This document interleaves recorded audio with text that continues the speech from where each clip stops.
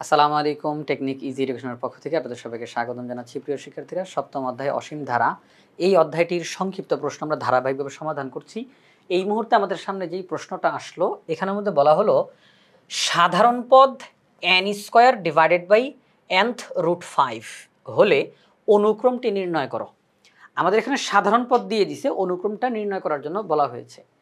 অনুক্রমের সবচেয়ে গুরুত্বপূর্ণ যেটা, সেটা হচ্ছে সাধারণ পদ। আমাদের যদি সাধারণ পদ জানা থাকে, আমরা তাকে ব্যবহার করে যে কোনো পদ বের করে ফেলতে পারি। তাহলে এই যে এখানে তো সাধারণ পদ দিয়ে দিছে, আমি প্রথম পদ বের করে ফেলতে পারবো। এই যে সাধারণ পদ দিয়ে দিছে, আমি দ্বিতীয় পদ বের করে ফেলতে পারবো, তৃতীয় পদ বের করে ফেলতে পারবো। অর্থাৎ যখন সাধারণ পদ দেওয়া থাকে, সেটাকে ব্যবহার করে যে কোনো পদ নির্ণয় করা যায়। তাহলে এই মুহূর্তে আমরা এই যে সাধারণ পদ দিল, এটাকে ব্যবহার করে আমরা প্রথম পদ, দ্বিতীয় পদ, তৃতীয় পদ বের করে অনুক্রমটা লিখে দিব। অনুক্রমের বেলাতে পদগুলো কমা চিহ্ন দিয়ে দিয়ে লেখা হয়। প্রথম পদ কমা, দ্বিতীয় পদ কমা, তৃতীয় পদ কমা, ডট ডট ডট। অর্থাৎ অনুক্রমের বেলাতে কমা চিহ্ন ব্যবহার করে আমরা পদগুলোকে লিখব। তো এখন আসেন আগে পদগুলো নির্ণয় করি। তো অনুক্রমটির সাধারণ পদ n square divided by nth root 5 দেওয়া আছে। মনে রাখতে হবে, এই যে n square divided by nth root pi দেওয়া, আমরা কিন্তু এটাকে লিখতে পারি n square divided by pi to the power 1 by n, pi to the power 1 by n। অর্থাৎ এই যে রুটের মাথার উপরে, এই যে রুটের মাথার উপরে যখন কোনো কিছু থাকে, আমরা তখন এই রুটকে উঠাই দিয়ে কি লিখতে পারি, 1 ডিভাইডেড বাই রুটের মাথার উপরে যে সংখ্যাটা লেখা ছিল সেটা। যদি রুটের মাথার উপরে 5 লেখা থাকে, 1 ডিভাইডেড বাই 5। যদি রুটের মাথার উপরে 9 লেখা থাকে, 1 ডিভাইডেড বাই 9। ঠিক আছে? তাহলে এখানে তো রুটের মাথার উপরে n আছে, তো আমি এই রুটটাকে উঠাই দিয়ে লিখব 1 ডিভাইডেড বাই n। তাহলে অনুক্রমটির সাধারণ পদ n square divided by pi to the power 1 by n।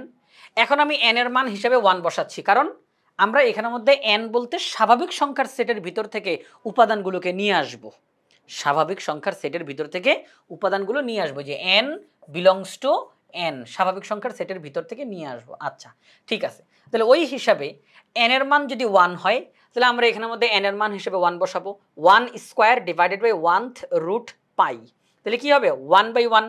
তাহলে পাই টু দি পাওয়ার 1 বাই 1, তাহলে রেজাল্ট হিসাবে 1 বাই পাই, এই যে উপরের 1 ডিভাইডেড বাই পাই। এবার n এর মান যদি 2 হয়, তাহলে সেই ক্ষেত্রে কি হবে, 2 square divided by 2 root pi. ঠিক আছে, 2 square divided by 2 root pi.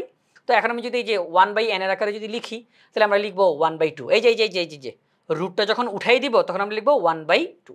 তাহলে উপরে 4 আর নিচে pi to the power 1 by 2।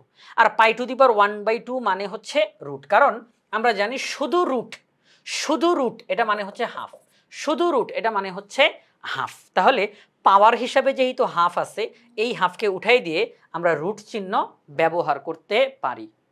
এবার আসেন 3 নম্বর পদটা বের করে ফেলি।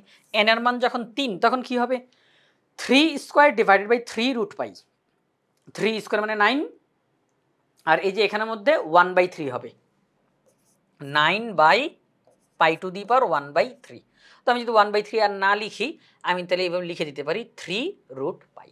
আগেরগুলো যেভাবে করেছিল, 1 by pi, 4 by root pi, 9 by 3 root pi, তারপরে এরপরটা কি হবে 4 স্কয়ার, অর্থাৎ 16 বাই 4 রুট পাই। এভাবে করে যেভাবে করে লিখে দিলাম। তাহলে অনুক্রমটি হবে 1 বাই পাই, কমা চিহ্ন, 4 বাই রুট পাই, কমা চিহ্ন, 9 বাই 3 রুট পাই, কমা চিহ্ন, ডট ডট ডট ডট। কারণ আমরা চাইলে আরও পদ লিখতে পারবো, তবে কমপক্ষে 3টা পদ তো আমাকে লিখতেই হবে। আচ্ছা, তাহলে আমাদেরকে তারা বলছিল অনুক্রমটি নির্ণয় করো। আমরা অনুক্রমটি এখানে আমাদের নির্ণয় করে ফেললাম। এটা আমাদের প্রথম প্রশ্নটা সমাধান করা শেষ। এবার দ্বিতীয় যেই প্রশ্নটা, এখানে আমাদের বললো কোনো একটা অনুক্রমের সাধারণ পদ 1 plus minus half whole to the power n হলে অনুক্রমটি নির্ণয় করো, যেখানে n বিলংস টু n। ওই যে পাওয়ারের মধ্যে n দেখা যাচ্ছে, ওইটা স্বাভাবিক সংখ্যার সেটের অন্তর্ভুক্ত, এখানে স্পষ্ট করে বলে দিছে। তাহলে যেহেতু সাধারণ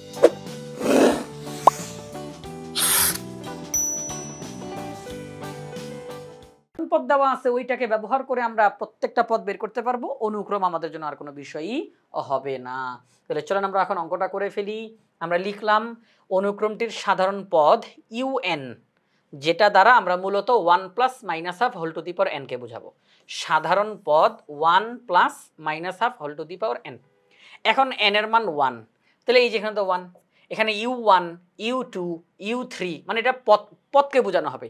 এখানে 1 মানে প্রথম পদ, 2 মানে দ্বিতীয় পদ, 3 মানে তৃতীয় পদ। আচ্ছা, তাহলে আমি এখন n এর মান হিসেবে 1 বসাচ্ছি। তাহলে n এর মান হিসেবে যখন 1 বসাবো, তাহলে 1 plus minus half whole to the power 1, এই যে লিখলাম। তো মাইনাস হাফকে যদি আমি পাওয়ার 1 করি, পাওয়ারের মধ্যে 1 থাকা মানে যা আছে তাই থাকবে, কোনো পরিবর্তন হবে না। তাহলে মাইনাস হাফ থাকবে, তাহলে প্লাসে মাইনাসে মাইনাস, তাহলে 1 মাইনাস হাফ, 1 থেকে হাফ মাইনাস করলে হাফ বের হয়। ওকে, তাহলে প্রথম পদ বের হয়েছে হাফ। এবার দ্বিতীয় পদ অর্থাৎ n এর মান 2, তাহলে পাওয়ার হিসাবে 2 বসবে, কারণ এই যে এখানে মধ্যে n ছিল, তাহলে এখানে এখন 2 বসবে। ওকে, যেহেতু পাওয়ারটা জোর তাহলে মাইনাসটা উঠে যাবে। 1 কে স্কোয়ার করলে 1, 2 কে স্কোয়ার করলে 4, তাহলে 1 প্লাস 1/4, ক্যালকুলেশন করলে 5/4। এখন আমরা 3 নম্বর পদটা বের করি। 3 নম্বর পদ বের করতে গিয়ে পাওয়ার হিসাবে 3 বসলো, মাইনাসটা রয়ে যাবে, প্লাসে মাইনাসে মাইনাস। আচ্ছা, 1 কে কিউব করলে 1, 2 কে কিউব করলে 8, তাহলে 1 মাইনাস 1/8, ক্যালকুলেশন করলে 7/8। চতুর্থ পদ যদি আমরা বের করতে চাই, তাহলে n এর মান 4, পাওয়ার হিসেবে 4 বসবে, যেহেতু পাওয়ার জোর মাইনাস উঠে যাবে, তাহলে 1 প্লাস 1/16। 16 কিভাবে করে? 2 টু দি পাওয়ার 4 মানেই তো 16, ক্যালকুলেশন করলে 17/16। তাহলে আমরা অনুক্রমটা নির্ণয় করে ফেললাম। কারণ এখন আমরা চাইলে যত পদই বের করতে চাই না কেন আমরা পারবো তো, কারণ সাধারণ পদ আমাদের জানা আছে। তাহলে আমরা কমপক্ষে 3টা পদ বের করব, চাইলে আরও বেশি পদ আপনারা বের করতে পারেন। তাহলে অনুক্রমটির প্রথম পদ কমা দ্বিতীয় পদ কমা তৃতীয় পদ কমা চতুর্থ পদ ডট ডট ডট ডট চলবে। অনুক্রমটা নির্ণয় করা শেষ। এই অনুক্রমটার সাধারণ পদই দেওয়া ছিল। এবার পরবর্তী প্রশ্ন, এখানে আমাদের বলা হলো কোন ধারার nতম পদ, মনে রাখতে হবে nতম পদ মানেই সাধারণ পদকে বোঝানো হয়, nতম পদ দ্বারা সাধারণ পদকে বোঝানো হয়। তাহলে কোন ধারার nতম পদ দিয়ে দিছে, ধারাটি নির্ণয় করো। আচ্ছা, যেহেতু এখানে তো শব্দটা ব্যবহার করেছে ধারা, প্রিয় শিক্ষার্থীরা দুইটা শব্দ, একটা হচ্ছে অনুক্রম আরেকটা হচ্ছে ধারা। ধারাটা কিন্তু অনুক্রম থেকেই আসছে, অনুক্রম থেকেই ধারাটা আসছে। অনুক্রমের বেলাতে আমরা পদগুলোকে কমা কমা চিহ্ন দিয়ে লিখি, আর ধারার বেলাতে পদগুলোকে যোগ চিহ্নের মাধ্যমে সংযুক্ত করি। ধারার বেলাতে পদগুলোকে যোগ চিহ্নের মাধ্যমে সংযুক্ত করি। আচ্ছা, তাহলে যেহেতু এখানে শব্দটা ব্যবহার করছে ধারা, তাহলে আমরা পদগুলোকে যোগ চিহ্নের মাধ্যমে সংযুক্ত করব। এই যে দেখেন, যোগ চিহ্নের মাধ্যমে আমরা সংযুক্ত করেছি। আচ্ছা, তাহলে এই তফাৎটা কিন্তু আমাদেরকে মনে রাখতে হবে। এখন চলেন আমরা ধারাটা বের করার চেষ্টা করি আগের অঙ্কগুলোর মতোই। n এর মান হিসাবে আমি 1 বসাইলাম, তো 1 যখন বসাইলাম তাহলে এই যে এখানের মধ্যে n এর জায়গাতে 1 বসবে, তাহলে 1 - 2, তাহলে -1। আপনারা জানেন যে পাওয়ারের মধ্যে মাইনাস থাকলে একটা 1 দিতে হয়, একটা ভাগ চিহ্ন দিতে হয়। পাওয়ারের মধ্যে মাইনাস চিহ্ন থাকলে একটা 1 দিতে হয়, ভাগ চিহ্ন দিতে হয়। মাইনাসটা বাদে বাকি পুরো অংশটা নিচে বসে পড়ে। n এর মান 2, তাহলে n এর জায়গাতে 2 বসবে, 2 - 2, তাহলে 2 - 2 মানে 0, কোনো কিছুর পাওয়ার 0 মানে পুরাটার রেজাল্ট 1 হয়ে যায়। n এর মান 3, তাহলে 3 - 2 তার মানে 1, তাহলে 1 + x। চতুর্থ পদ বের করতে চান, তাহলে 4 - 2 তাহলে 2। তাহলে প্রথম পদ, দ্বিতীয় পদ, তৃতীয় পদ, চতুর্থ পদ, এই পদগুলোকে যোগ চিহ্নের মাধ্যমে আমরা সংযুক্ত করব। প্রথম পদ যোগ দ্বিতীয় পদ যোগ তৃতীয় পদ যোগ চতুর্থ পদ যোগ ডট ডট ডট ডট, এটা চলতেই থাকবে। তাহলে আগের অঙ্কগুলোতে বলছিল অনুক্রম, আমরা কমা কমা চিহ্ন দিয়ে লিখেছি, আর এখন বলছে ধারা, আমরা যোগ চিহ্ন দিয়ে সবাইকে সংযুক্ত করেছি। তো এই ধারাটা আমাদের নির্ণয় করা শেষ। প্রিয় শিক্ষার্থীরা, এই যে আমরা প্রশ্নগুলোর সমাধান করলাম, এই প্রশ্নগুলো বাংলাদেশের সর্বপ্রথম পূর্ণাঙ্গ ডিজিটাল সহায়ক বই ইজি হায়ার ম্যাথ বই থেকে আমরা সমাধান করেছি। ইজি হায়ার ম্যাথ বইয়ে প্রত্যেকটা টপিক্সের সমাধান করে দিয়ে সেগুলোর ভিডিও ধারণ করে কিউআর কোড দেওয়া থাকবে। শিক্ষার্থীরা যখনই প্র্যাকটিস করতে যাবে, যে কোনো সময় যে কোনো টপিক্সে যদি তার কোনো সমস্যা হয়, পাশে থাকা কিউআর কোড স্ক্যান করার সাথে সাথে ওই নির্দিষ্ট টপিক্সের সমাধানের ভিডিও তার সামনে চলে আসবে। এটা শিক্ষার্থীদের জন্য অনেক বেশি উপকারী হবে। তাই আশা করব আপনারা সবাই ইজি হায়ার ম্যাথ বইটি সংগ্রহ করে ফেলবেন ইনশাআল্লাহ।